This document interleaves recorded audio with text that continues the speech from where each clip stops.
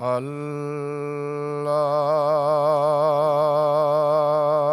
أكبر.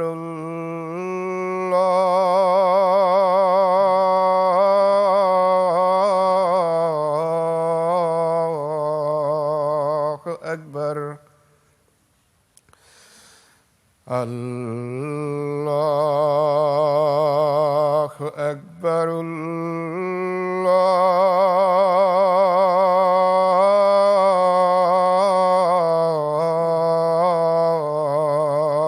الله أكبر. أشهد أن لا إله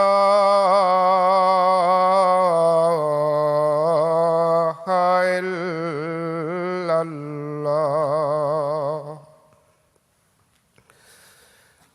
أشهد أن لا إله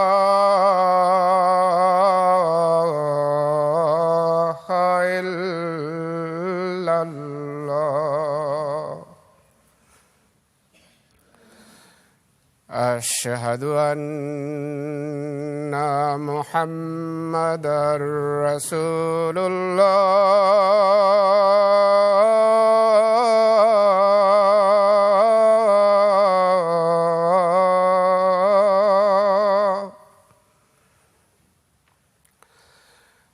أشهد أن محمدًا رسول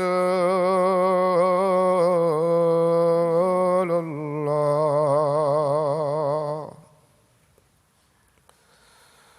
حي على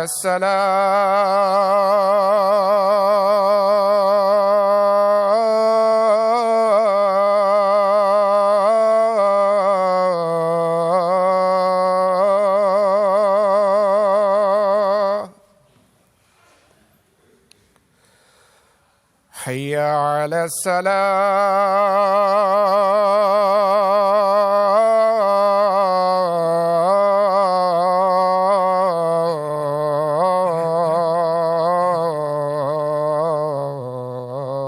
الصلاة.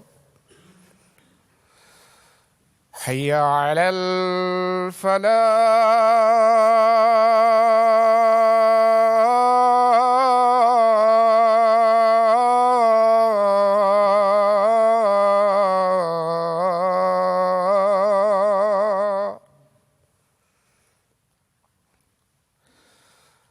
حي على الفلاح.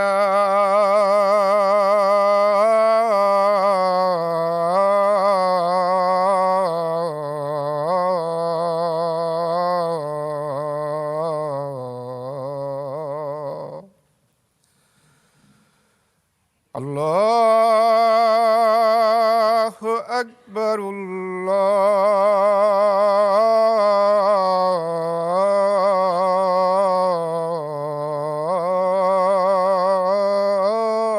الله أكبر. لا إله إلا الله.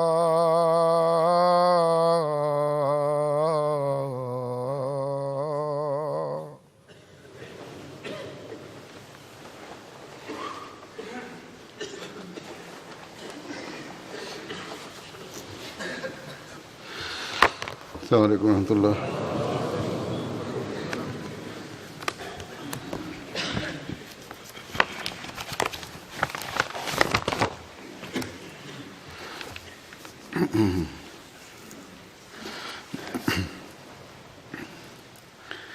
أشهد أن لا إله إلا الله وحده لا شريك له وأشهد أن محمدًا عبده ورسوله.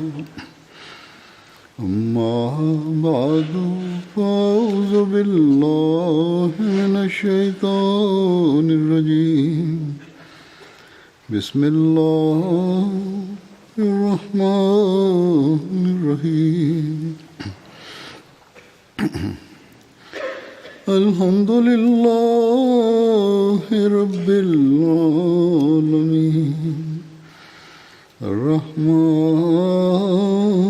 الرحيم مالك يوم الدين إياك نعبد وإياك نستعين اهدنا الصراط المستقيم صراط الذين أنعمت عليهم غير المغضوب عليهم ولا الضالين.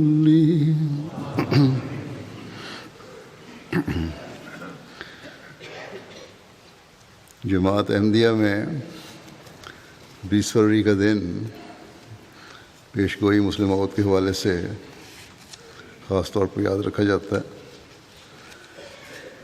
اور جماعتوں میں یوم مسلم موت کے حوالے سے جلسے بھی ہوتے ہیں. گو میں اس بات کو پہلے بھی کئی جگہ وضاحت کر چکا ہوں، لیکن دوبارہ وضاحت کر دوں نئے آنے والوں اور بچوں کے لیے کہ یوم مسلم موعود حضرت خلیفۃ المسیح ثانی المسلم موعود کی پیدائش کی یاد میں نہیں منایا جاتا، بلکہ ایک پیش گوئی کے پورا ہونے کی یاد میں منایا جاتا ہے. ایسی پیش گوئی جو اسلام کی برتری اور سچائی ثابت کرنے کے لیے اللہ تعالیٰ کے الہام کے تحت حضرت مسیح موعود علیہ السلام نے کی تھی، جو حضرت مسلم موعود کی پیدائش سے 3 سال پہلے کی گئی تھی، جس میں ایک خادم اسلام موعود بیٹے کی پیدائش کی خبر تھی، جو دشمنوں کے لیے نشان کے طور پر پیش کی گئی تھی. بس کل 20 فروری تھی اور اس پیش گوئی کو 134 سال ہو گئے، اور 100 سال سے زائد عرصے سے یہ چمکتا ہوا نشان ہے. بہرحال جیسا کہ میں نے کہا، اس حوالے سے جماعتوں میں جلسے بھی ہوتے ہیں، اور پیش گوئی جو مختلف پہلو اور مختلف خصوصیات موعود بیٹے کے بارے میں اپنے اندر لیے ہوئے ہیں، ان کے بارے میں کچھ حد تک بیان بھی ہوتا ہے جلسوں میں، لیکن 1-2 گھنٹے کے جلسے میں تمام نکات اور ان کی اہمیت اور ان کے پورا ہونے کی شان بیان نہیں ہو سکتی. بس جب جلسے میں اس کا پورا احاطہ نہیں ہو سکتا تو ایک خطبے میں اس کے مختلف پہلو بیان کرنا تو بالکل ناممکن ہے. اس لیے میں نے سوچا کہ وہ نکات جن کی تفصیلات حضرت مسلم موعود رضی اللہ عنہ نے خود بیان کی ہے، ان میں سے بعض حوالے بیان کر دوں. حضرت مسلم موعود نے جو بیان کیا ہے اسے پڑھنے اور سننے کا ایک اپنا ہی لطف اور احساس ہوتا ہے. بہرحال ان مختصر حوالوں سے بھی اندازہ ہو جاتا ہے کہ اس پیش گوئی کی وضاحت کی وسعت کتنی ہے اور کس شان سے یہ حضرت مسیح موعود علیہ السلام کے موعود بیٹے کی ذات میں پوری ہوئی. بہرحال اس سے پہلے میں حضرت مسیح موعود علیہ السلام کے الفاظ میں پیش گوئی کے الفاظ اور تفصیل بیان کرتا ہوں. حضرت مسیح موعود علیہ السلام اپنی پیش گوئیوں کا ذکر فرماتے ہوئے مخالفین کو یہ بتاتے ہوئے کہ کیا پیش گوئیاں ہیں، اور پیش گوئی مسلم موعود کے ضمن میں فرماتے ہیں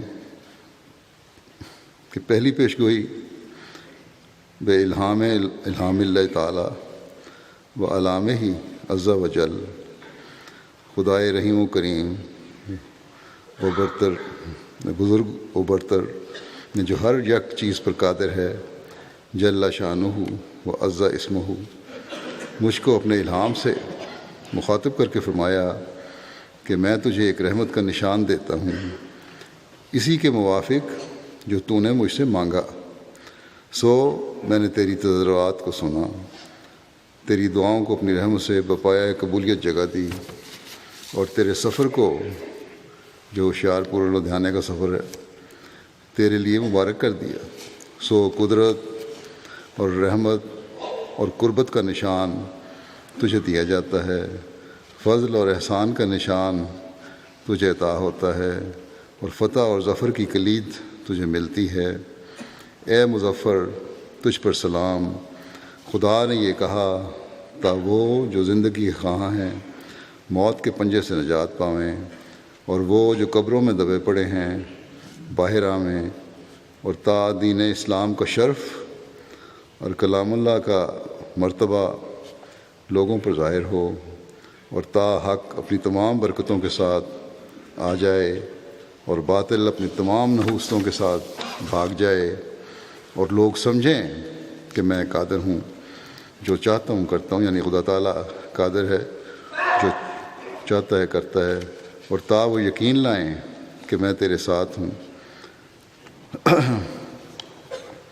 حضرت مسیح علیہ السلام کو اللہ تعالیٰ فرماتا ہے کہ تا وہ یقین لائیں کہ میں تیرے ساتھ ہوں، اور تا انہیں جو خدا کے وجود پر ایمان نہیں لاتے، اور خدا کے دین اور اس کی کتاب اور اس کے پاک رسول محمد مصطفیٰ کو انکار اور تکذیب کی نگاہ سے دیکھتے ہیں، ایک کھلی نشانی ملے اور مجرموں کو ظاہر ہو جائے، نشانی ملے اور مجرموں کی راہ ظاہر ہو جائے۔ سو تجھے بشارت ہو کہ ایک وجیح اور پاک لڑکا تجھے دیا جائے گا، ایک ذکی غلام لڑکا تجھے ملے گا، وہ لڑکا تیرے ہی تخم سے، تیری ہی ذریت و نسل ہوگا۔ خوبصورت پاک لڑکا تمہارا مہمان آتا ہے، اس کا نام امانویل اور بشیر بھی ہے، اس کو مقدس روح دی گئی ہے، اور وہ رجس سے پاک ہے، وہ نور اللہ ہے، مبارک وہ جو آسمان سے آتا ہے، اس کے ساتھ فضل ہے جو اس کے آنے کے ساتھ آئے گا، وہ صاحب شکو اور عظمت اور دولت ہوگا، وہ دنیا میں آئے گا اور اپنے مسیحی نفس اور روح الحق کی برکت سے بہتوں کو بیماریوں سے صاف کرے گا۔ وہ کلمۃ اللہ ہے، کیونکہ خدا کی رحمت و غیوری نے اسے اپنے کلمہ تمجید سے بھیجا ہے۔ وہ سخت ذہین و فہیم ہوگا اور دل کا حلیم، اور علوم ظاہری و باطنی سے پر کیا جائے گا۔ وہ 3 کو 4 کرنے والا ہوگا۔ آگے آپ نے فرمایا کہ اس کے معنی سمجھ میں نہیں آئے۔ دوشنبہ ہے، مبارک دوشنبہ، فرزند دل بند، گرامی ارجمند، مظہر الاول والآخر، مظہر الحق والعلا، کأن اللہ نزل من السماء،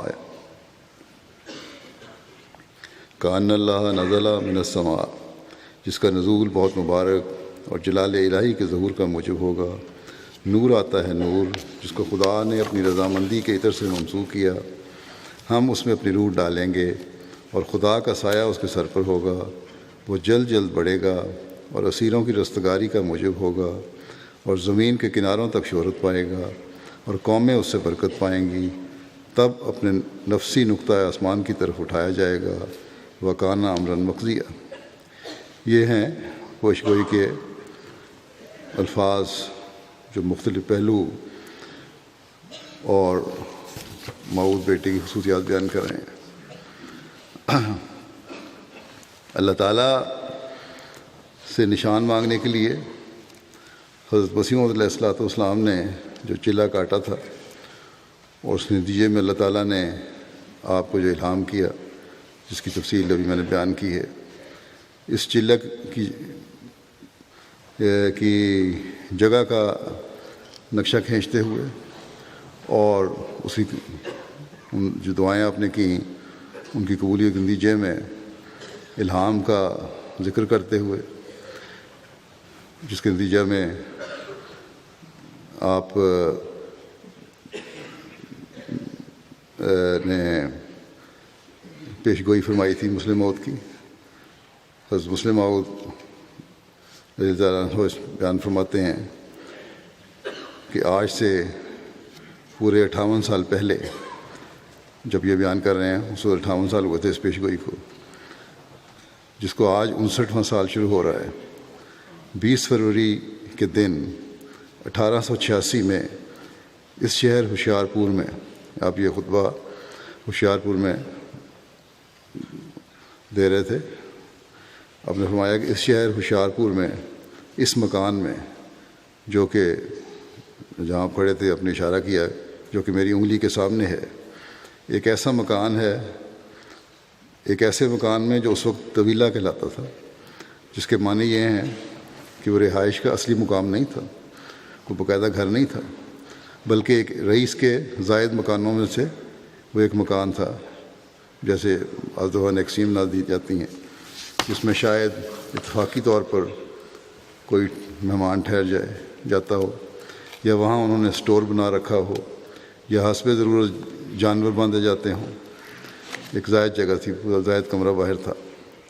قادیان کا فرماتے ہیں، قادیان کا ایک گمنام شخص، جس کو خود قادیان کے لوگ بھی پوری طرح نہیں جانتے تھے، لوگوں کی اس مخالفت کو دیکھ کر جو اسلام اور بانی اسلام سے وہ رکھتے تھے، اپنے خدا کے حضور علیحدگی میں عبادت کرنے اور اس کی نصرت اور تائید کا نشان طلب کرنے کے لیے آیا، اور 40 دن لوگوں سے علیحدہ رہ کر اس نے اپنے خدا سے دعائیں مانگیں۔ 40 دن کی دعاؤں کے بعد خدا نے اس کو ایک نشان دیا۔ وہ نشان یہ تھا کہ میں نہ صرف ان وعدوں کو جو میں نے تمہارے ساتھ کیے ہیں پورا کروں گا اور تمہارے نام کو دنیا کے کناروں تک پہنچاؤں گا، بلکہ اس وعدے کو زیادہ شان کے ساتھ پورا کرنے کے لیے میں تمہیں ایک بیٹا دوں گا جو بعض خاص صفات سے متصف ہوگا۔ وہ اسلام کو دنیا کے کناروں تک پھیلائے گا، کلام الہی کے معارف لوگوں کو سمجھائے گا، رحمت اور فضل کا نشان ہوگا، اور وہ دینی اور دنیاوی علوم جو اسلام کی اشاعت کے لیے ضروری ہیں اسے عطا کیے جائیں گے۔ اسی طرح اللہ تعالیٰ اس کو لمبی عمر عطا فرمائے گا، یہاں تک کہ وہ دنیا کے کناروں تک شہرت پائے گا۔ اور آج دنیا کے جس ملک میں بھی جماعت احمدیہ قائم ہے، اس پیشگوئی کی شہرت اور اس عظیم بیٹے کی شہرت ہے۔ جب یہ اشتہار شائع ہوا تو اس وقت مخالفین نے اعتراض شروع کر دیے کہ یہ کون سی پیشگوئی ہے، کوئی بھی اعلان کر سکتا ہے کہ میرے ہاں بیٹا پیدا ہوگا۔ اس کا جواب بھی حضرت مسیح موعود علیہ السلام نے دیا، اور اس کا ذکر کرتے ہوئے حضرت مسلم موعود فرماتے ہیں کہ جب یہ اشتہار شائع ہوا تو دشمنوں نے اس پر بھی اعتراضات کا ایک سلسلہ شروع کر دیا۔ تب 22 مارچ 1886 کو آپ نے ایک اور اشتہار شائع فرمایا۔ دشمنوں نے اعتراض یہ کیا تھا کہ ایسی پیشگوئی کا کیا اعتبار کیا جا سکتا ہے کہ میرے ہاں ایک لڑکا پیدا ہوگا؟ کیا ہمیشہ لوگوں کے ہاں لڑکے پیدا نہیں ہوا کرتے؟ شاذ و نادر کے طور بھی کوئی ایسا شخص ہوتا ہے کہ جس کا کوئی لڑکا نہ ہو، یا جس کے ہاں لڑکیاں ہی لڑکیاں ہوں، ورنہ عام طور پر لوگوں کے ہاں لڑکے پیدا ہوتے رہتے ہیں، اور کبھی ان کی پیدائش کو کوئی خاص نشان قرار نہیں دیا جاتا۔ بس اگر آپ کے ہاں بھی کوئی لڑکا پیدا ہو جائے تو اس سے یہ کیوں کر ثابت ہوگا کہ دنیا میں اس ذریعے سے خدا تعالیٰ کا کوئی خاص نشان ظاہر ہوا ہے؟ آپ نے لوگوں کے اس اعتراض کا جواب دیتے ہوئے 22 مارچ کے اشتہار میں تحریر فرمایا حضرت مسیح موعود علیہ السلام نے کہ یہ صرف پیشگوئی ہی نہیں بلکہ ایک عظیم الشان نشان آسمانی ہے، جس کو خدائے کریم جل شانہ نے ہمارے نبی کریم رؤوف و رحیم محمد مصطفیٰ صلی اللہ علیہ وسلم کی صداقت و عظمت ظاہر کرنے کے لیے ظاہر فرمایا ہے۔ پھر اسی اشتہار میں حضرت مسیح علیہ السلام نے یہ تحریر فرمایا کہ بفضل ہی تعالی و احسان ہی و بے برکت حضرت خاتم الانبیاء صلی اللہ علیہ وآلہ وسلم خداوند کریم نے اس عاجز کی دعا کو قبول کر کے ایسی بابرکت روح بھیجنے کا وعدہ فرمایا ہے جس کی ظاہری و باطنی برکتیں تمام زمین پر پھیلیں گی۔ حضرت مسلم احمد فرماتے ہیں کہ بات یہ ہے کہ اگر آپ اپنے ہاں محض ایک بیٹا پیدا ہونے کی خبر دیتے تب بھی یہ خبر اپنی ذات میں ایک پیش گوئی ہوتی، کیونکہ دنیا میں ایک حصہ خواہ وہ کتنا ہی قلیل کیوں نہ ہو، بہرحال ایسے لوگوں کا ہوتا ہے جن کے ہاں کوئی اولاد نہیں ہوتی۔ دوسرے، آپ نے جب یہ اعلان کیا اس وقت آپ کی عمر 50 سال سے اوپر تھی، اور ہزاروں ہزار لوگ دنیا میں ایسے پائے جاتے ہیں جن کے ہاں 50 سال کے بعد اولاد کی پیدائش کا سلسلہ بند ہو جاتا ہے، اور پھر ایسے بھی ہوتے ہیں جن کے ہاں صرف لڑکیاں پیدا ہوتی ہیں، اور پھر ایسے بھی ہوتے ہیں جن کے ہاں لڑکے تو پیدا ہوتے ہیں مگر پیدا ہونے کے تھوڑے عرصے ہی بعد مر جاتے ہیں، اور یہ سلسلہ اور یہ سارے شبہات اس جگہ موجود تھے۔ بس اول تو کسی لڑکے کی پیدائش کی خبر دینا کسی انسان کی طاقت میں نہیں ہو سکتا، لیکن آپ بطور تنزل اس اعتراض کو تسلیم کر کے فرماتے ہیں کہ اگر مان بھی لیا جائے کہ محض کسی لڑکے کی پیدائش کی خبر دینا پیش گوئی نہیں کہلا سکتا، تو سوال یہ ہے کہ میں نے محض ایک لڑکے کی پیدائش کی کب خبر دی ہے؟ میں نے یہ تو نہیں کہا کہ میرے ہاں ایک لڑکا پیدا ہوگا، بلکہ میں نے یہ کہا ہے کہ خدا تعالیٰ نے میری دعاؤں کو قبول فرما کر ایک ایسی بابرکت روح بھیجنے کا وعدہ فرمایا جس کی ظاہری اور باطنی برکتیں تمام زمین پر پھیلیں گی۔ جیسا کہ میں نے کہا کہ آج دنیا گواہ ہے کہ اس موعود بیٹے نے دنیا کے کناروں تک شہرت پائی ہے، اور بیرون ہندوستان یا بیرون قادیان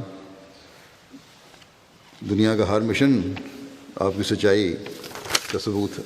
بہت سارے مشن دنیا میں بس مسلموں کے زمانے میں قائم ہوئے تھے، اور وہی سلسلہ اسی نظام کا سلسلہ آج تک چل رہا ہے۔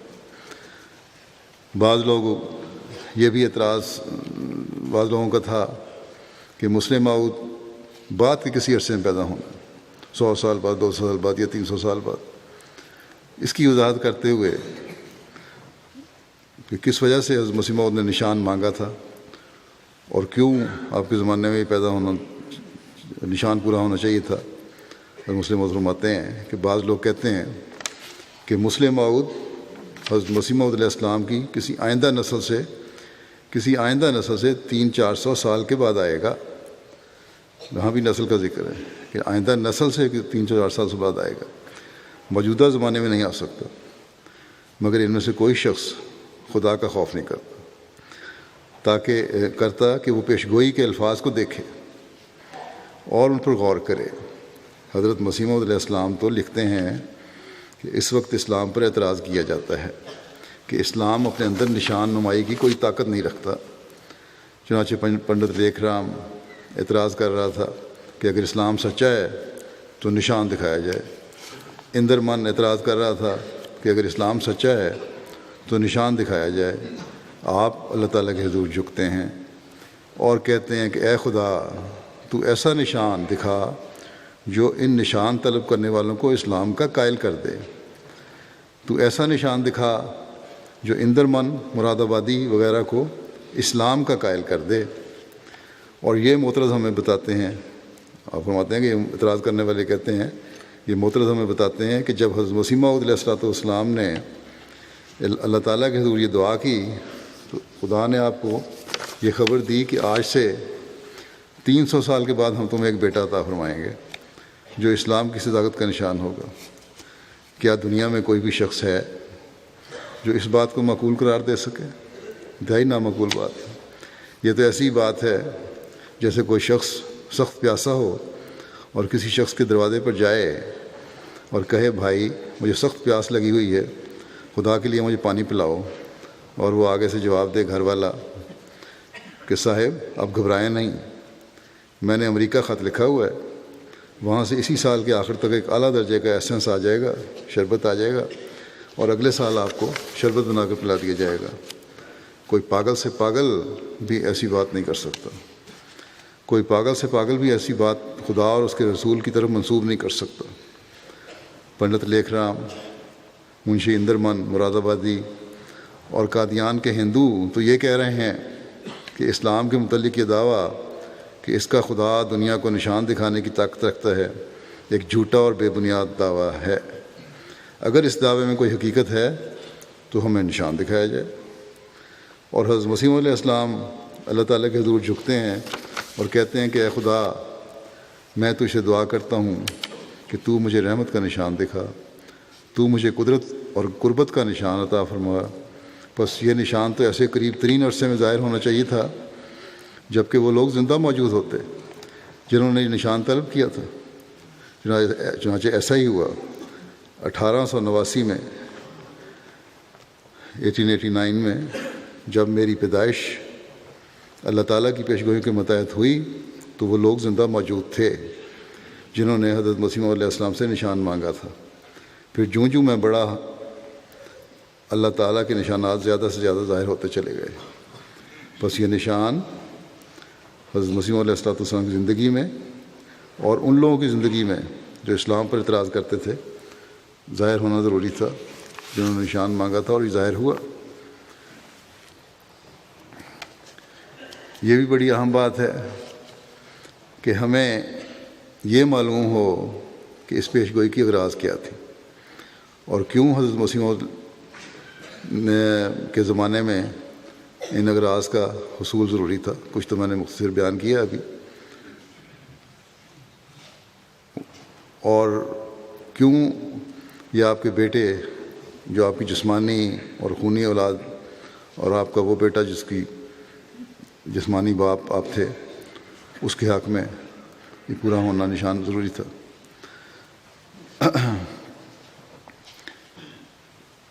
ایک جگہ بہرحال اغراض کا ذکر کرتے ہوئے آپ فرماتے ہیں کہ حضرت مسیح علیہ السلام اپنے 20 فروری 1886 کے اشتہار میں ذکر فرماتے ہیں کہ اللہ تعالیٰ نے مجھ پر یہ ظاہر فرمایا ہے کہ یہ پیشگوئی جو دنیا کے سامنے کی گئی اس کی کئی اغراض ہیں۔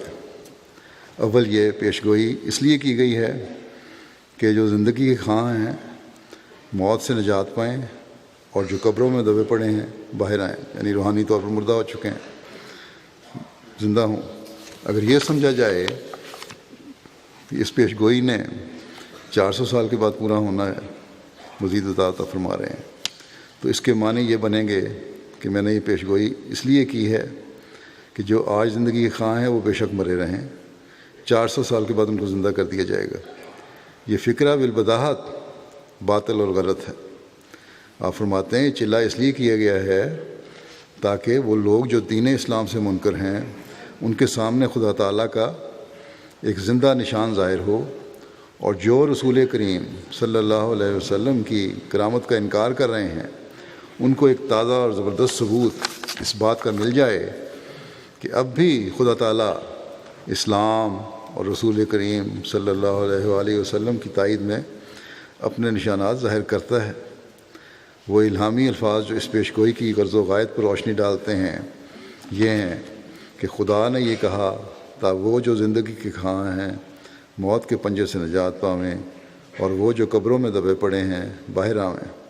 اب اگر ان لوگوں کی نظریے کو صحیح سمجھ لیا جائے جو یہ کہتے ہیں کہ مسلم موت 300-400 سال کے بعد آئے گا، تو اس فکرے کی تشریح یوں ہوتی ہے کہ یہ پیشگوئی اس لیے کی گئی ہے تاکہ وہ لوگ جو آج زندگی کے خواہاں ہیں مرے رہیں، 400 سال کے بعد ان کی نسلوں میں سے بعض لوگوں کو زندہ کر دیا جائے گا۔ مگر کیا اس فکرے کو کوئی شخص بھی صحیح تسلیم کر سکتا ہے؟ دوسرے، یہ پیشگوئی اس لیے کی گئی تھی تا دین اسلام کا شرف ظاہر ہو اور کلام اللہ کا مرتبہ لوگوں پر عیاں ہو۔ اس فقرے کے صاف طور پر یہ معنی ہے کہ دین اسلام کا شرف اس وقت لوگوں پر ظاہر نہیں، اسی طرح کلام اللہ کا مرتبہ اس وقت لوگوں پر ظاہر نہیں، مگر یہ جاتا ہے کہ خدا نے یہ پیشگوئی اس لیے کی ہے تا دین اسلام کا شرف اور کلام اللہ کا مرتبہ آج سے 300 سال کے بعد یا 400 سال کے بعد جب یہ لوگ بھی مر جائیں گے، ان کی اولادیں بھی مر جائیں گی اور ان کی اولادیں بھی مر جائیں گی، لوگوں پر ظاہر کیا جائے، جب نہ پنڈت لیکھ رام ہوگا، نہ منشی اندرمن مراد آبادی ہوگا، نہ ان کی اولادیں ہوں گی اور نہ ان کی اولادوں کی اولادیں ہوں گی، اس وقت دین اسلام کا شرف اور کلام اللہ کا مرتبہ لوگوں پر ظاہر کیا جائے گا۔ بتاؤ کہ کیا کوئی بھی شخص ان معنوں کو درست سمجھ سکتا ہے؟ تو عقل ہے ان میں۔ تیسرے، آپ نے فرمایا یہ پیشگوئی اس لیے کی گئی ہے تاکہ، یعنی حضرت مسلم نے فرمایا، تاکہ حق اپنی تمام برکتوں کے ساتھ آ جائے اور باطل اپنی تمام نحوستوں کے ساتھ بھاگ جائے۔ اس کے معنی بھی ظاہر ہیں کہ حق اس وقت کمزور ہے اور باطل غلبہ پر ہے۔ اللہ تعالیٰ چاہتا ہے کہ ایسا نشان ظاہر ہو کہ عقلی اور علمی طور پر دشمنان اسلام پر حجت تمام ہو جائے اور وہ لوگ اس بات کو ماننے پر مجبور ہو جائیں کہ اسلام حق ہے اور اس کے مقابل میں جس قدر مذہب کھڑے ہیں وہ باطل ہیں۔ چوتھی غرض اس پیشگوئی کی یہ بیان کی گئی تھی کہ تا لوگ سمجھیں کہ میں قادر ہوں اور جو چاہتا ہوں کرتا ہوں۔ اب یہ غور کرنے والی بات ہے کہ لوگ خدا تعالیٰ کو اس صورت میں کس طرح قادر سمجھ سکتے تھے؟ اگر یہ کہہ دیا جاتا کہ 300 سال کے بعد یا 400 سال کے بعد ایک ایسا نشان ظاہر ہوگا جس سے تم یہ تسلیم کرنے پر مجبور ہو جاؤ گے کہ اسلام کا خدا قادر ہے، ایسی پیشگوئی کو لیکھ رام کیا اہمیت دے سکتا تھا؟ یا وہ لوگ جو اس وقت دین اسلام پر اعتراضات کر رہے تھے، رسول کریم صلی اللہ علیہ وسلم کے نشانات کو باطل قرار دے رہے تھے، اسلام کو ایک مردہ مذہب قرار دے رہے تھے، ان پر کیا حجت ہو سکتی تھی کہ تم 400 سال کے بعد خدا تعالیٰ کو قادر سمجھنے لگ جاؤ گے؟ 400 سال کے بعد پوری ہونے والی پیشگوئی سے وہ لوگ خدا تعالیٰ کو کس طرح قادر سمجھ سکتے تھے؟ وہ تو یہی کہتے کہ ہم ان زبانی دعووں کو تسلیم نہیں کر سکتے کہ 400 سال کے بعد ایسا ہو جائے گا۔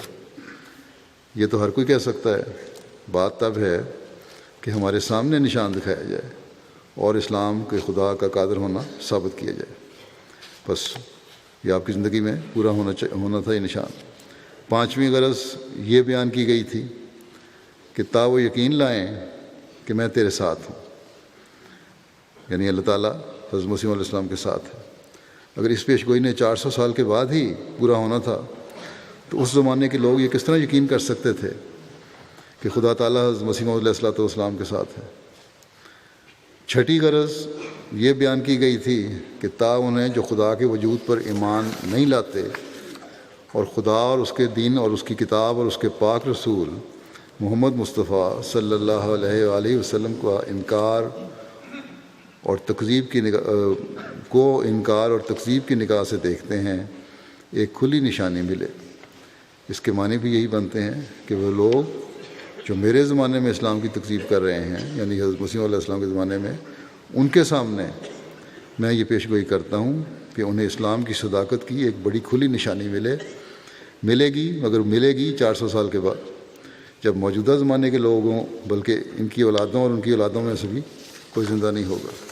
اب یہ بھی کوئی عقل کی بات نہیں ہے۔ ساتویں، آپ نے بیان فرمایا کہ یہ پیشگوئی اس لیے کی گئی ہے تاکہ مجرموں کی راہ ظاہر ہو جائے اور پتہ لگ جائے کہ وہ جھوٹے ہیں۔ 400 سال کے بعد آنے والے وجود سے اس زمانے کے لوگوں کو کیوں کر پتہ لگ سکتا ہے کہ وہ جھوٹ بول رہے تھے مجرم؟ بس یہ پیشگوئی حضرت مسیح علیہ السلام کی اپنی اولاد میں سے تھی، اور جیسا کہ پیشگوئی کے الفاظ ہیں کہ تیرے ہی تخم سے تیری ہی ذریت اور نسل کا ہوگا، بعد کی نسل میں سے نہیں، آپ کے بیٹے کے بارے میں تھی یہ، جو بڑی شان سے پوری ہوئی اور 52 سال تک حضرت مسلم موت کی خلافت ایک روشن چمکتے نشان کی طرح دنیا پر ظاہر ہوئی، اور آپ کے علم و معرفت کے جو کام ہے اس کے غیر بھی معترف ہوئے، جس کی تفصیل جماعت کے لٹریچر میں موجود ہے، اور بیان کرنے لگوں تو کافی وقت لگ جائے۔ حضرت خلیفۃ مسیح ثانی یہ اعلان فرماتے ہوئے کہ میں ہی مسلم موعود، میں پہلے آپ پر یہ اعتراض تھا کہ آپ نے اعلان نہیں کیا، 1944 میں آپ نے اعلان کیا۔ اعلان فرماتے ہوئے آپ نے فرمایا کہ میں کہتا ہوں اور خدا تعالیٰ کی قسم کھا کر کہتا ہوں کہ میں ہی مسلم موعود کی پیش گوئی کا مصداق ہوں، اور مجھے ہی اللہ تعالیٰ نے ان پیش گوئیوں کا مورد بنایا ہے جو ایک آنے والے موعود کے متعلق حضرت مسیح موعود علیہ الصلوۃ والسلام نے فرمائیں۔ جو شخص سمجھتا ہے کہ میں نے افتراء سے کام لیا ہے یا اس بارے میں جھوٹ اور کذب بیانی کا ارتکاب کیا ہے، وہ آئے اور اس معاملے میں میرے ساتھ مباہلہ کر لے، اور یا پھر اللہ تعالیٰ کی موقت بعذاب قسم کھا کر اعلان کر دے کہ اسے خدا نے کہا ہے کہ میں جھوٹ سے کام لے رہا ہوں۔ پھر اللہ تعالیٰ خود بخود اپنے آسمانی نشانات سے فیصلہ فرما دے گا کہ کون کاذب ہے اور کون صادق۔ کوئی اس بارے میں نہیں آیا، جو آپ کے مخالفین تھے جماعت کے اندر بھی جو علیحدہ ہونے والے تھے۔ اور اگر آپ فرماتے ہیں اگر وہ کہتے ہیں کہ خواب تو سچا ہے، جیسا کہ مصری صاحب نے کہا جو بعض مرتد ہو گئے تھے، کہ پھر اس کی حقیقت پر وہ مضمون لکھیں۔ میں ان کے اس مضمون کا جواب دوں گا، اور میں یقین رکھتا ہوں کہ اگر وہ اس مقابلے میں آئے تو ایسی منہ کی کھائیں گے کہ مدتوں یاد رکھیں گے۔ غرض اللہ تعالیٰ کے فضل اور اس کے رحم سے وہ پیش گوئی جس کے پورا ہونے کا ایک لمبے عرصے سے انتظار کیا جا رہا تھا، اللہ تعالیٰ نے اس کے متعلق اپنے الہام اور اعلام کے ذریعے مجھے بتا دیا ہے کہ پیش گوئی میرے وجود میں پوری ہو چکی ہے، اور اب دشمنان اسلام پر خدا تعالیٰ نے کامل حجت کر دی ہے، اور ان پر یہ امر واضح کر دیا ہے کہ اسلام خدا تعالیٰ کا سچا مذہب، محمد رسول اللہ صلی اللہ علیہ وسلم خدا تعالیٰ کے سچے رسول، اور حضرت مسیح موعود علیہ السلام خدا تعالیٰ کے سچے فرستادہ ہیں۔ جھوٹے ہیں وہ لوگ جو اسلام کو جھوٹا کہتے ہیں، کاذب ہیں وہ لوگ جو محمد رسول اللہ صلی اللہ علیہ وسلم کو کاذب کہتے ہیں۔ خدا نے اس عظیم الشان پیش گوئی کے ذریعے اسلام اور اس رسول کریم صلی اللہ علیہ وسلم کی صداقت کا ایک زندہ ثبوت لوگوں کے سامنے پیش کر دیا ہے۔ اور فرماتے ہیں بھلا کس شخص کی طاقت تھی کہ وہ 1886 میں آج سے پورے 58 سال قبل اپنی طرف سے خبر دے سکتا ہے کہ اس کے ہاں 9 سال کے عرصے میں ایک لڑکا پیدا ہوگا، وہ جلد جلد بڑھے گا، وہ دنیا کے کناروں تک شہرت پائے گا، وہ اسلام اور رسول کریم صلی اللہ علیہ وسلم کا نام دنیا میں پھیلائے گا، وہ علوم ظاہری اور باطنی سے پر کیا جائے گا، وہ جلال الہی کے ظہور کا موجب ہوگا، اور خدا تعالیٰ کی قدرت اور اس کی قربت اور اس کی رحمت کا وہ ایک زندہ نشان ہوگا۔ یہ خبر دنیا کا کوئی انسان اپنے پاس سے نہیں دے سکتا تھا۔ خدا نے یہ خبر دی، اور پھر اسی خدا نے اس خبر کو پورا کیا اس انسان کے ذریعے۔ آپ اپنے متعلق فرماتے ہیں کہ اس خبر کو پورا کیا اس انسان کے ذریعے جس کے متعلق ڈاکٹر یہ امید نہیں رکھتے تھے کہ وہ زندہ رہے گا یا لمبی عمر پائے گا۔ یعنی مسلم موت کی شروع کی جو حالت تھی صحت کی وہ یہ تھی کہ ڈاکٹر امید نہیں رکھتے تھے کہ زندہ رہے گا یا رہے گا بھی نہیں، رہے گا بھی کہ نہیں۔ بہرحال پھر آگے آپ بیان کرتے ہیں کہ اپنے بارے میں کہ میری صحت بچپن میں ایسی خراب تھی کہ ایک موقع پر ڈاکٹر مرزا یعقوب بیگ صاحب نے میرے متعلق حضرت مسیح موعود علیہ الصلوۃ والسلام سے کہہ دیا کہ اسے سل ہو گئی ہے، کسی پہاڑی مقام پر اسے بھجوا دیا جائے۔ چنانچہ حضرت مسیح موعود علیہ الصلوۃ والسلام نے مجھے شملہ بھجوا دیا، مگر وہاں جا کر میں اداس ہو گیا اور اس وجہ سے جلدی ہی واپس آ گیا۔ غرض ایسا انسان جس کی صحت کبھی ایک دن بھی اچھی نہیں ہوئی، اس انسان کو خدا نے زندہ رکھا، اور اس لیے زندہ رکھا کہ اس کے ذریعے اپنی پیشگوئیوں کو پورا کرے اور اسلام اور احمدیت کی صداقت کا ثبوت لوگوں کے سامنے مہیا کرے۔ پھر وہ شخص تھا جسے علوم ظاہری میں سے کوئی علم حاصل نہیں تھا، مگر خدا نے اپنے فضل سے فرشتوں کو میری تعلیم کے لیے بھجوایا اور مجھے قرآن کے ان مطالب سے آگاہ فرمایا جو کسی انسان کے وہم اور گمان میں بھی نہیں آ سکتے تھے۔ وہ علم جو خدا نے مجھے عطا فرمایا وہ چشمہ روحانی جو میرے سینے میں پھوٹا وہ خیالی یا قیاسی نہیں ہے، بلکہ ایسا قطعی اور یقینی ہے کہ میں ساری دنیا کو چیلنج کرتا ہوں کہ اگر اس دنیا کے پردے پر کوئی شخص ایسا ہے جو یہ دعویٰ کرتا ہو کہ خدا تعالیٰ کی طرف سے اسے قرآن سکھایا گیا ہے تو میں ہر وقت اس سے مقابلہ کرنے کے لیے تیار ہوں۔ یہ چیلنج دیا تھا آپ نے اس زمانے میں۔ لیکن آپ فرماتے ہیں لیکن میں جانتا ہوں آج دنیا کے پردے پر سوائے میرے اور کوئی شخص نہیں جسے خدا کی طرف سے قرآن کریم کا علم عطا فرمایا گیا ہو۔ خدا نے مجھے علم قرآن بخشا ہے اور اس زمانے میں اس نے قرآن سکھانے کے لیے مجھے دنیا کا استاد مقرر کیا ہے۔ خدا نے مجھے اس غرض کے لیے کھڑا کیا ہے کہ میں محمد رسول اللہ صلی اللہ علیہ وسلم اور قرآن کریم کے نام کو دنیا کے کناروں تک پہنچاؤں اور اسلام کے مقابلے میں دنیا کے تمام باطل ادیان کو ہمیشہ کی شکست دے دوں۔ دنیا زور لگا لے، وہ اپنی تمام طاقتوں اور جمعیتوں کو اکٹھا کر لے، عیسائی بادشاہ بھی اور ان کی حکومتیں بھی مل جائیں، یورپ بھی اور امریکہ بھی اکٹھا ہو جائے، دنیا کی تمام بڑی بڑی مالدار اور طاقتور قومیں اکٹھی ہو جائیں اور وہ مجھے اس مقصد میں ناکام کرنے کے لیے متحد ہو جائیں، پھر بھی میں خدا کی قسم کھا کر کہتا ہوں کہ وہ میرے مقابلے میں ناکام رہیں گی اور خدا میری دعاؤں اور تدابیر کے سامنے ان کے تمام منصوبوں اور مکروں اور فریبوں کو ملیا میٹ کر دے گا، اور خدا میرے ذریعے سے یا میرے شاگردوں اور اتباع کے ذریعے سے اس پیشگوئی کی صداقت ثابت کرنے کے لیے رسول کریم صلی اللہ علیہ وسلم کے نام کے طفیل اور صدقے اسلام کی عزت کو قائم کرے گا، اور اس وقت تک دنیا کو نہیں چھوڑے گا جب تک اسلام پھر اپنی پوری شان کے ساتھ دنیا میں قائم نہ ہو جائے،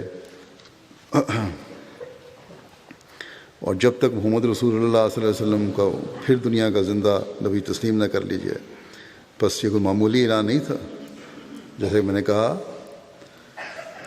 آپ کا 52 سالہ دور جو ہے خلافت کا، اور اس کا ہر دن جو ہے اس کی شان کو ظاہر کر رہا ہے۔ پھر آپ فرماتے ہیں کہ اے میرے دوستو، میں اپنے لیے کسی عزت کا خواہاں نہیں، نہ جب تک خدا تعالیٰ مجھ پر ظاہر کرے کسی مزید عمر کا امیدوار ہوں۔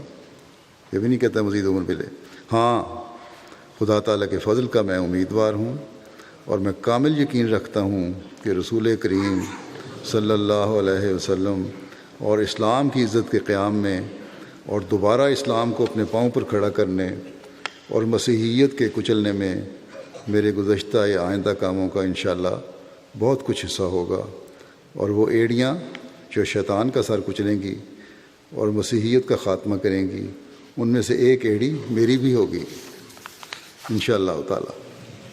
آپ نے فرمایا میں اس سچائی کو نہایت کھلے طور پر ساری دنیا کے سامنے پیش کرتا ہوں۔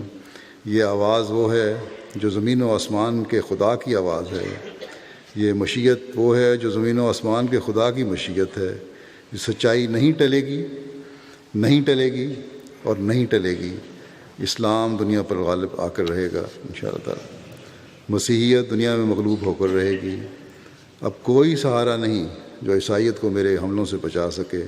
خدا میرے ہاتھ سے اس کو شکست دے گا، اور یا تو میری زندگی میں ہی اس کو اس طرح کچل کر رکھ دے گا کہ وہ سر اٹھانے کی بھی تاب نہیں رکھے گی، اور یا پھر میرے بوئے ہوئے بیج سے وہ درخت پیدا ہوں گے جس کے سامنے عیسائیت خشک جھاڑی کی طرح مرجھا کر رہ جائے گی، اور دنیا میں چاروں طرف اسلام اور احمدیت کا جھنڈا انتہائی بلندیوں پر اترتا ہوا دکھائی دے گا۔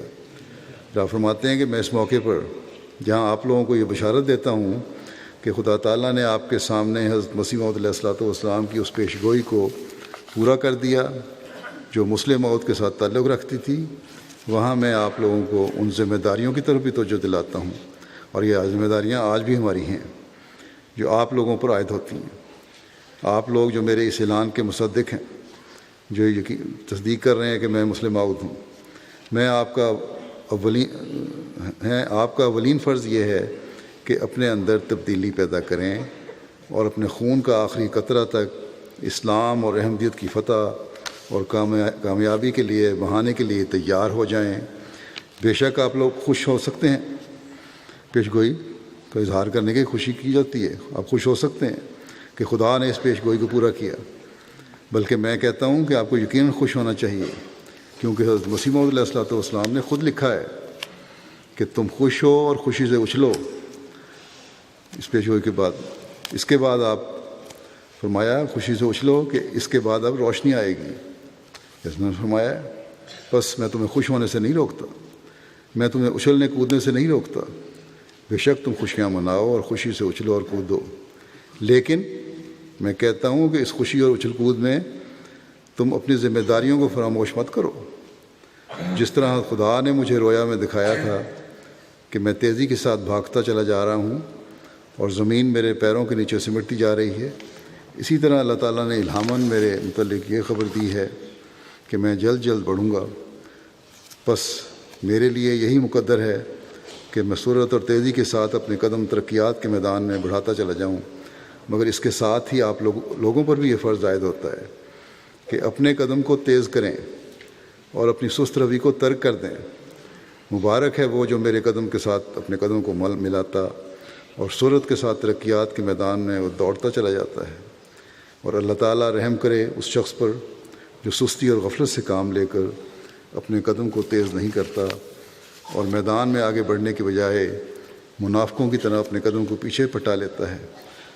فرماتے ہیں اگر تم ترقی کرنا چاہتے ہو، اگر تم اپنی ذمہ داریوں کو صحیح طور پر سمجھتے ہو تو قدم بقدم اور شانہ بشانہ میرے ساتھ بڑھتے چلے آؤ، تاکہ ہم کفر کے قلب میں محمد رسول اللہ صلی اللہ علیہ وسلم کا جھنڈا گاڑ دیں اور باطل کو ہمیشہ کے لیے صفحہ عالم سے نیست و نابود کر دیں، اور انشاءاللہ ایسا ہی ہوگا۔ زمین اور آسمان ٹل سکتے ہیں مگر خدا تعالیٰ کی باتیں کبھی ٹل نہیں سکتی۔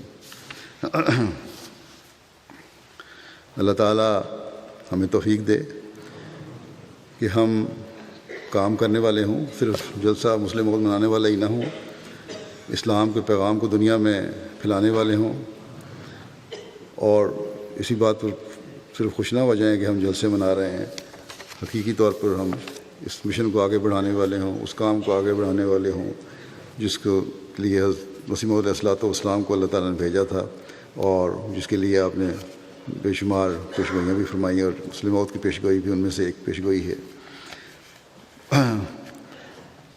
ایک آپ کے کاموں کے سلسلے میں بھی مختصر صرف ایک بات کا یہاں ذکر میں کر دیتا ہوں کہ پیشگوئی میں الفاظ ہیں کہ علوم ظاہری و باطنی سے پر کیے جائے گا، اور اس کی ایک جھلک جو ہے جو آپ کے کام ہیں ان کی میں بتا دیتا ہوں آپ کو۔ حضرت مسلم موعود رضی اللہ عنہ کی کتب، لیکچرز اور تقاریر کا مجموعہ انوار العلوم کے نام سے شائع ہو رہا ہے۔ بہت ساری جلدیں شائع ہو چکی ہیں، جو اردو پڑھنا جانتے ہیں ان کو پڑھنا چاہیے، ویسے بعض کتابوں کے انگریزی ترجمے بھی ہو رہے ہیں۔ اس وقت تک انوار العلوم کی 26 جلدیں شائع ہو چکی ہیں۔ ان 26 جلدوں میں کل 670 کتب، لیکچرز اور تقاریر آ چکی ہیں۔ خطبات محمود کی اس وقت تک کل 39 جلدیں شائع ہو چکی ہیں، جن میں 1959 تک کے خطبات شائع ہو گئے ہیں۔ ان جلدوں میں 2367 خطبات شامل ہیں۔ تفسیر صغیر 1071 صفحات پر مشتمل ہے۔ تفسیر کبیر 10 جلدوں پر محیط ہے۔ اس میں قرآن کریم کی 59 صورتوں کی تفسیر بیان کی گئی ہے۔ تفسیر کبیر کی 10 جلدوں کے صفحات کی کل تعداد 5907 ہے۔ غیر مطبوعہ تفسیر حضرت مسلم موعود کے درس القرآن جو کہ غیر مطبوعہ تھے، وہ ریسرچ سیل نے کمپوز کرنے کے بعد فضل نور فاؤنڈیشن کے سپرد کر دیے ہیں۔ اس کے 3094 صفحات ہیں۔ اس کے بعد اب ریسرچ سیل کو میں نے کہا تھا تو حضرت مسلم موعود کی تحریرات اور فرمودات سے تفسیر قرآن اکٹھی کی جائے، جس پر کام شروع کیا گیا ہے، اور اب تک 9000 صفحات پر مشتمل تفسیر لی جا چکی ہے، اور اس پر مزید کام جاری ہے۔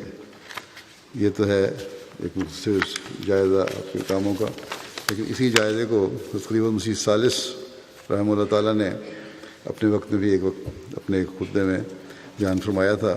اس مسیح ثالث کا بھی وہ اقتباس میں پڑھ دیتا ہوں۔ آپ فرماتے ہیں کہ خدا تعالیٰ نے کہا تھا حضرت مسلم موعود کے بارے میں کہ وہ علوم ظاہری و باطنی سے پر کیا جائے گا۔ اس کے متعلق مجاز کہتے ہیں کہ میں نے بہت سی تفصیلات جمع کی تھیں، لیکن اس وقت میں صرف وہ نقشہ ہی پیش کر سکتا ہوں جو میں نے اس غرض کے لیے تیار کروایا ہے، اور وہ یہ ہے۔ تفسیر اس سلسلے میں حضور کی ایک تفسیر تو تفسیر کبیر ہے، جو خود اتنی عجیب تفسیر ہے کہ جس شخص نے بھی غور سے اس کے کسی ایک حصے کو پڑھا ہوگا وہ یہ بات تسلیم کرنے پر مجبور ہوگا کہ اگر دنیا میں کوئی خدا رسیدہ بزرگ پیدا ہوتا اور وہ صرف یہ حصہ قرآن کریم کا تفسیری نوٹوں کے ساتھ شائع کر دیتا تو یہ اس کو دنیا کی نگاہ میں بزرگ ترین انسانوں میں سے ایک انسان بنانے کے لیے کافی تھا۔ لیکن اس پر ہی بس نہیں، قرآن کریم پر اور بہت سی کتب لکھیں، اور میرا خیال ہے کہ حضور نے صرف قرآن کریم کی تفسیر پر ہی 8-10 ہزار صفحات لکھے ہیں۔ تفسیر کبیر کی 11 مجلدات بھی ان میں شامل ہیں۔ کلام کے اوپر حضور نے 10 کتب اور رسائل لکھے۔ روحانیات، اسلامی اخلاق اور اسلامی عقائد پر 31 کتب اور رسائل تحریر فرمائے۔ سیرت و سوانے پر 13 کتب اور رسائل لکھے۔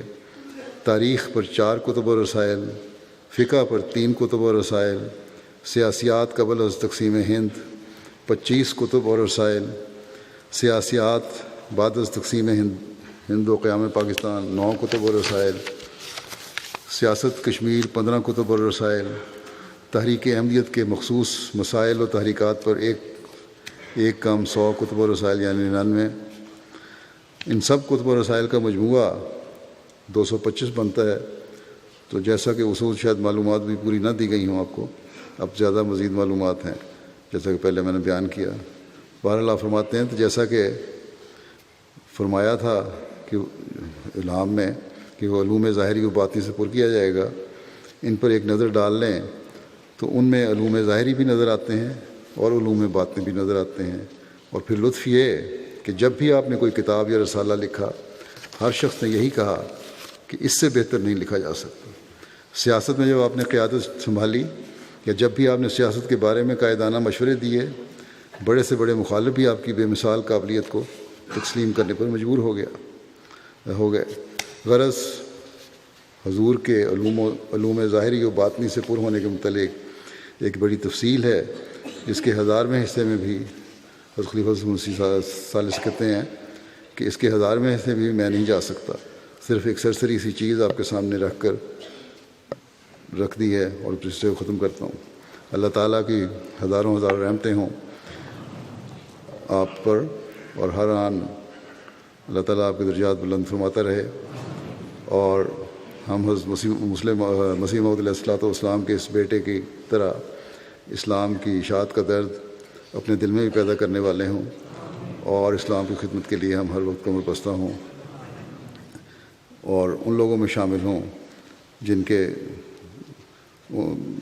جو دین کی خدمت کرنے والے ہوں، نہ کہ ان لوگوں میں جن کے بارے میں حضرت مسلم موعود نے فرمایا تھا کہ آپ کے وقت میں یہ سلسلہ بدنام نہ ہو۔ اللہ تعالیٰ نہ کرے کہ سلسلہ بدنام کرنے والے ہوں، بلکہ خدمت میں آگے سے آگے بڑھتے چلے جانے والے ہوں۔ نمازوں کے بعد میں 2 جنازے بھی پڑھاؤں گا، غائب جنازہ ہیں۔ ایک ہے محترمہ مریم الزبیتھ صاحبہ کا، جو مکرم محترم ملک عمر علی کھوکھر صاحب رئیس ملتان اور سابق امیر ملتان کی دوسری اہلیہ تھی۔ 86 سال کی عمر میں ایک حادثے کے نتیجے میں یہ وفات ہو گئی۔ انا للہ و انا الیہ راجعون۔ یہ اور ان کی بیٹی لفٹ میں تھیں، وہاں میں حادثہ ہوا اور لفٹ کی خرابی کی وجہ سے بیٹی بھی ان کی اس میں زخمی ہوئی ہیں، ہسپتال میں ہیں، بہرحال یہ سروائیو نہیں کر سکی۔ یہ جرمن خاتون تھیں، ہیمبرگ میں رہتی تھی، اور 1934 کی ان کی پیدائش ہے۔ 1952 میں انہوں نے بیعت کی اور ملک عمر علی کھوکھر صاحب کے ساتھ ان کی شادی ہوئی۔ پھر یہ پاکستان منتقل ہو گئیں، پھر ان کی وفات کے بعد پھر جرمنی آ گئیں، پھر واپس پاکستان چلی گئیں۔ وصیت کے بابرکت نظام میں شامل تھیں، صوم و صلات کی پابند تھیں، وقت پر نماز پڑھنے کا بڑا اہتمام کرتی تھیں اور بڑا حساب رکھا کرتی تھیں سورج غروب ہونے اور سورج طلوع ہونے کے وقتوں کا۔ قرآن کریم کی تلاوت بھی باقاعدگی سے کرنے والی تھیں، روزے رکھا کرتی تھیں باقاعدگی سے۔ آپ کے بچوں نے یہ بیان کیا ہے کہ ہمارے ابا جان سے ان کی شادی 1952 میں ہوئی۔ اس وقت کے مربی سلسلہ جرمنی مکرم عبداللطیف صاحب نے بیعت کروا کر نکاح پڑھایا۔ شادی کے بعد پاکستان آ گئیں اور بچے کہتے ہیں پھر ہماری والدہ جو پہلی والدہ تھیں اہلیہ تھیں مکرم عمر علی صاحب کی، سیدہ بیگم صاحبہ جو حضرت میر محمد اسحاق صاحب کی بیٹی تھی، وہ سارے ان کے ساتھ مل کے رہنے لگی اور اپنی بڑی جو تھیں ملک صاحب کی بڑی اہلیہ سیدہ بیگم صاحبہ، ان کا بڑا احترام کیا کرتی تھی۔ پاکستان آ کے انہوں نے نماز اور قرآن کریم پڑھنا شروع کیا۔ اس کے لیے ان کے لیے پڑھانے والے کا انتظام کیا گیا اور سب سے پہلے انہوں نے جو کتاب پڑھی حضرت مسیح علیہ السلام کی، وہ اسلامی اصول کی فلسفی تھی۔ پاکستان رہنے کی وجہ سے ان کو اردو اور سرائیکی زبان بھی کچھ بول بھی لیتی تھیں اور سمجھتی بھی ٹھیک طرح تھیں۔ ان کے 2 بچے تھے، ایک بیٹا اور ایک بیٹی۔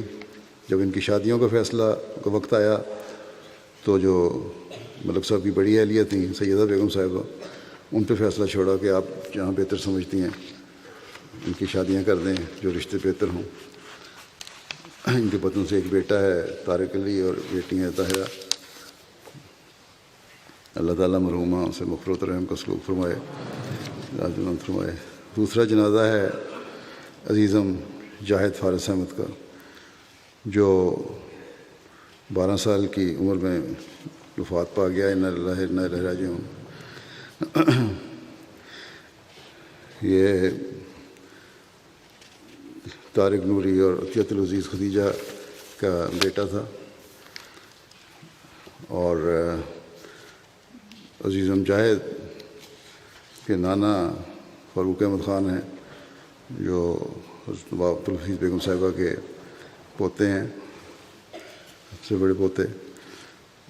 انہوں نے بھی لکھا ہے اور بہت سارے لوگوں نے بھی مجھے لکھا، ان کے ساتھی جو تھے لڑکے، کہ بڑی نمایاں خصوصیات کا حامل بچہ تھا یہ، انتہائی سلجھا ہوا، خلافت کے ساتھ گہری محبت رکھنے والا، اور مجھے باقاعدگی سے یہ خط لکھا کرتا تھا۔ ہمیشہ اس نے امتحان ہوئے ہیں، یہ دوسری باتیں ہوئیں، مجھے ہمیشہ خط لکھا۔ اپنے احمدی ہونے پر وہاں فخر تھا اور پاکستان میں احمدی ہونا اسکول میں بھی بتانا بڑی بات ہے یہ، اور خطبات باقاعدہ سنا کرتا تھا۔ یہ وقف نو تھا، کلاسز میں بھی شامل ہونے والا تھا۔ اپنی عمر کے لحاظ سے وقف نو کا نصاب بھی اس کو سارا یاد تھا، سیدھا حضرت مسیح علیہ السلام کا بھی یاد کر رہا تھا۔ جماعتی چندوں میں طریقہ جدید وقف جدید میں جو اس پہ لاگو تھے ان میں باقاعدگی سے حصہ لیتا تھا خود ہی۔ نماز سینٹر میں باقاعدگی سے نماز پڑھنے جانا، باجماعت نماز کی طرف توجہ، فجر کے بعد باقاعدگی سے تلاوت کیا کرتا تھا۔ اور اس کے ساتھیوں نے بھی لکھا کہ بڑی اچھی آواز تھی اس کی۔ 7ویں جماعت کا طالب علم تھا اور جنریٹر میں گھر میں آگ لگنے کی وجہ سے اس کو بھی آگ لگی اور زخمی ہوا۔ ٹھیک ہو رہا تھا لیکن ڈاکٹروں نے یہی بتایا پہلے کہ ٹھیک ہو رہا ہے، زخم مندمل ہو رہے ہیں، لیکن پھر کوئی انفیکشن زیادہ بڑھ گئی ہے، ہسپتال کی انفیکشن ہوئی ہے، کیا وجہ، بہرحال اس وجہ سے پھر باقی اعضاء پر بھی اثر ہونا شروع ہوا انفیکشن کی وجہ سے، اور پھر یہ ہسپتال میں یہ اس کی وفات ہو گئی۔ اللہ تعالیٰ مرحوم سے بچہ ہے، یقیناً بچے اس ملک کے معصوم بچے ہیں، جنتی تو ہوتے ہیں۔ اللہ تعالیٰ اس کو اپنے پیاروں کی قربت میں جگہ دے، اور اس کی ماں نے ہی اس کو پالا ہے، باپ نے تو کبھی زندگی بھر نہیں پوچھا، علیحدہ ہو گیا تھا، اور ماں اور نانا نانی اس کو پالتے رہے ہیں۔ اللہ تعالیٰ ان کو بھی صبر و حوصلہ دے، اور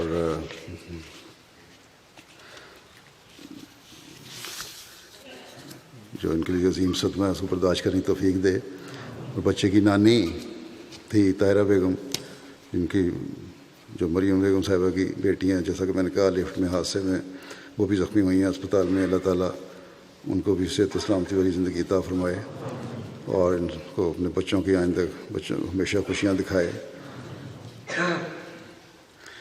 ان کے ایک لڑکے نے لکھا کہ جاہد کی ایک اچھی عادت یہ تھی کہ بیماری کی حالت میں جو ہسپتال میں تھا تو اس کا ان کی جاہد کی جو والدہ ہیں اس کے کزن طارق علی کھوکر کے بیٹا کہتا ہے کہ میں وہاں سے ہسپتال میں تو بیماری کی حالت میں بھی ہر وقت مجھ سے پوچھتا تھا، کبھی بعض دفعہ بے ہوشی کی حالت طاری ہو جاتی تھی کہ میں نے نماز پڑھی ہے کہ نہیں، یا غنودگی ہوتی تھی اور میں کہتا نہیں پڑھی تو فوراً نماز پڑھنا شروع کر دیتا تھا لیٹے لیٹے.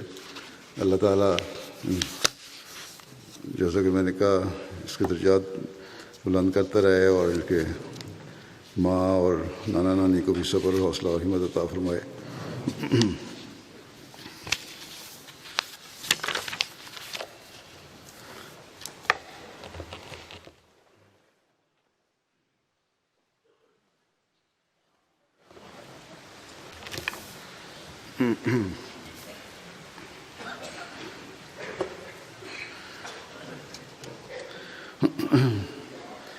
الحمد لله نحمده ونستعينه ونستغفره ونؤمن به ونتوكل عليه ونعوذ بالله من شرور أنفسنا ومن سيئات أعمالنا. من يهده الله فلا مضل له ومن يضلل فلا هادي له. ونشهد أن لا إله إلا الله ونشهد أن محمدا عبده ورسوله. عباد الله رحمكم الله، إن الله يأمر بالعدل والإحسان وإيتاء ذي القربى وينهى عن الفحشاء والمنكر والبغي يعظكم لعلكم تذكرون. اذكروا الله يذكركم وادعوه يستجب لكم ولذكر الله أكبر.